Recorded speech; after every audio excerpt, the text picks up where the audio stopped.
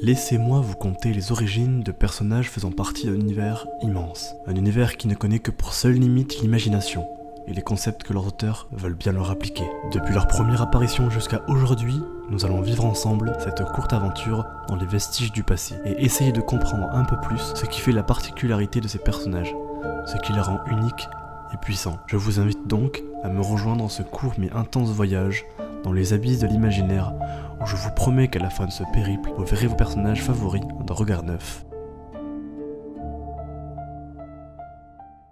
Diablo est apparu pour la première fois dans un comics en mai 1975 dans Giant Size X-Men numéro 1. En France, on va le retrouver pour la première fois dans un comics dans Special Strange numéro 24 en juin 1981. Il faut savoir que à la base, le personnage créé par Len Wein et Dave Cockrum, respectivement scénariste et dessinateur, était prévu pour DC pour la série La Légion des super-héros, juste avant qu'il se fasse engager par Marvel. Pour en savoir un peu plus sur l'histoire de Diablo, il faut remonter jusqu'à sa naissance, et même un peu avant. Sa mère, connue sous le nom de Raven, se faisait alors passer pour une noble allemande. La mutante métamorphe fit la rencontre du baron Christian Wagner, mais elle le trompa avec Azazel, et elle tomba enceinte de ce dernier. Elle accepta sur demande de Azazel de s'occuper de son enfant, comme s'il s'agissait de son mari. Et lorsqu'elle accoucha, toutes les personnes présentes furent horrifiées de voir un enfant avec une fourrure bleue, des yeux jaunes et une apparence de démon. De plus, Raven perdit le contrôle et au moment de l'accouchement, revêtit sa véritable apparence. Elle fut alors pourchassée avec son bébé à travers tout le village. Elle décida alors de jeter son bébé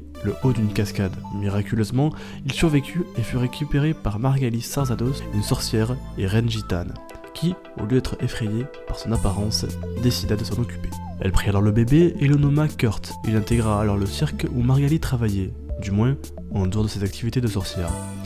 Kurt, à cette période, n'a pas vraiment eu de parents, mais c'est plus le cirque tout entier qui était sa famille. Il était particulièrement proche des enfants biologiques de Margalie, respectivement nommés Stéphane et Jemine. Stéphane craignait à cette époque que son héritage magique, dû à sa mère, ne le corrompe. Kurt lui fit alors la promesse de l'arrêter si un jour il venait à tuer quelqu'un sans raison. À côté de ça, au cirque, Kurt montrait une agilité et une force incroyables et devint alors rapidement le trapéziste vedette du cirque, et les gens pensaient qu'il s'agissait d'une personne normale avec un costume. Un jour, en revenant du cirque, Kurt découvrit que Stéphane était devenu mauvais et avait tué plusieurs membres d'une race rare de créatures semi-humaines. Kurt trouva Stéphane et le combattit, espérant arrêter son massacre. Mais, au cours de la lutte, Kurt lui brisa la nuque par accident. Le village en voulait après Kurt, et après une bagarre dans une église, Charles Xavier intervint pour stopper tout ça. Il proposa alors à Kurt de rejoindre les X-Men. Kurt accepta de rejoindre le groupe, mais avant de partir pour l'Amérique, Xavier et lui allèrent au cirque bavarois, où Kurt voulait exprimer la mort de Stéphane à Marguerite. Cependant,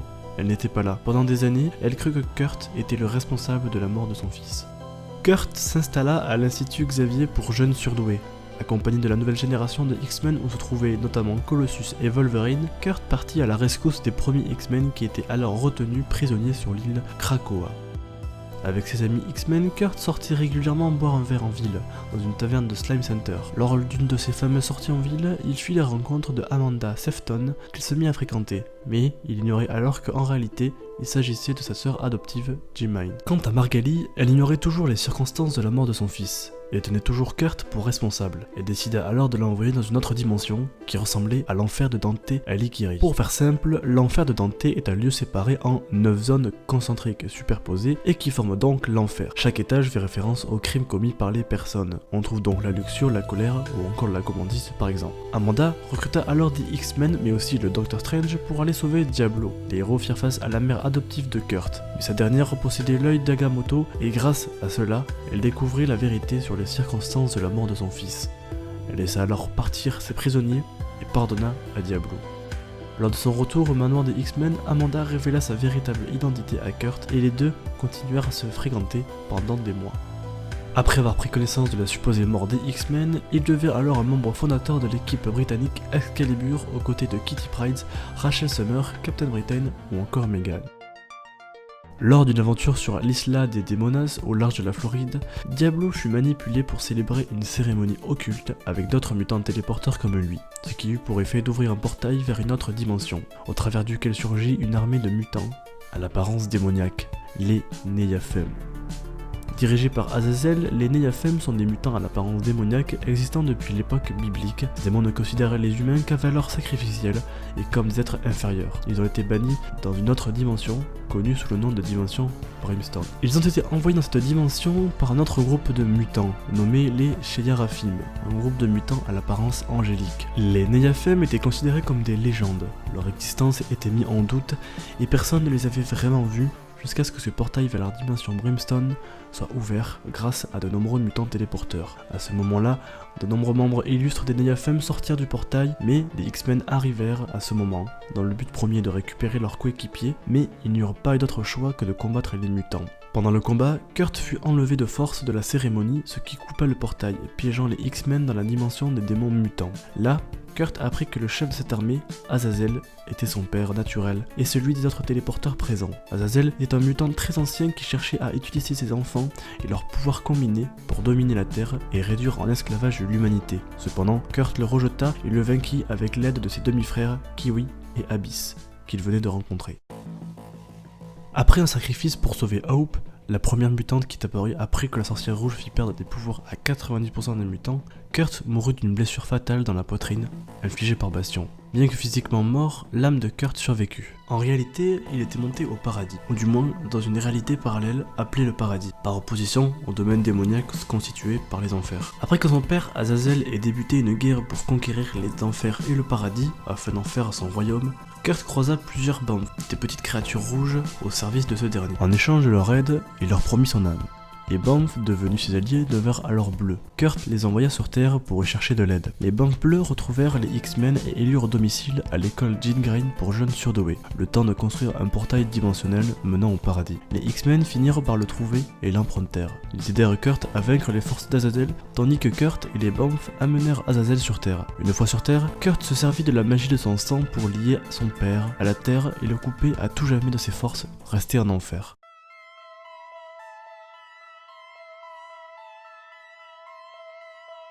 Diablo, grâce à ses pouvoirs de mutant, est capable de se téléporter lui ainsi que toute personne en contact direct avec lui. Lorsqu'il se téléporte, il ouvre un portail vers la dimension de Brimstone avant de revenir dans sa dimension d'origine, dans un lieu de son choix. Ce passage dans la dimension Brimstone se fait si rapidement que Diablo et ses passagers n'en ont pas conscience. Quand il se téléporte, Diablo laisse derrière lui une petite portion de l'atmosphère de la dimension dans laquelle il s'échappe avec un bruit étouffé ressemblant à un Banff et sentant le souffle. Son pouvoir ne peut en revanche pas déplacer la matière solide. C'est pourquoi il lui est extrêmement dangereux de se téléporter dans un lieu qu'il n'a pas visité à l'avance, au risque de se retrouver piégé dans un objet et d'en mourir. L'élan de Diablo est conservé durant la téléportation. Il arrive donc avec la même inertie que quand il est parti. Il peut réduire cela en se téléportant sur de courtes distances dans la direction opposée. Par ailleurs, Diablo est doté d'une agilité et d'une coordination surhumaine, ainsi que d'un formidable sens de l'équilibre, ce qui fait de lui un acrobate et un combattant hors pair. Sa structure osseuse, flexible, fait de lui un grand contorsionniste. Ses mains et ses pieds lui permettent de s'agripper à la verticale et à l'horizontale sur des surfaces solides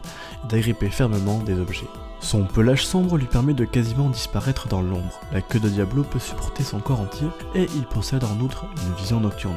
Et enfin, comme anecdote, je peux vous dire que en tant que descendant des mutants des Neyaphem, le sang d'Angel, un mutant Sheyarafim, le blesse au lieu de le guérir. Et voilà, j'espère que la vidéo vous aura plu. Si c'est le cas, n'hésitez pas à laisser un pouce bleu, à vous abonner si ce n'est pas déjà fait. Quant à moi, je vous donne rendez-vous pour la prochaine vidéo sur des origines de personnages.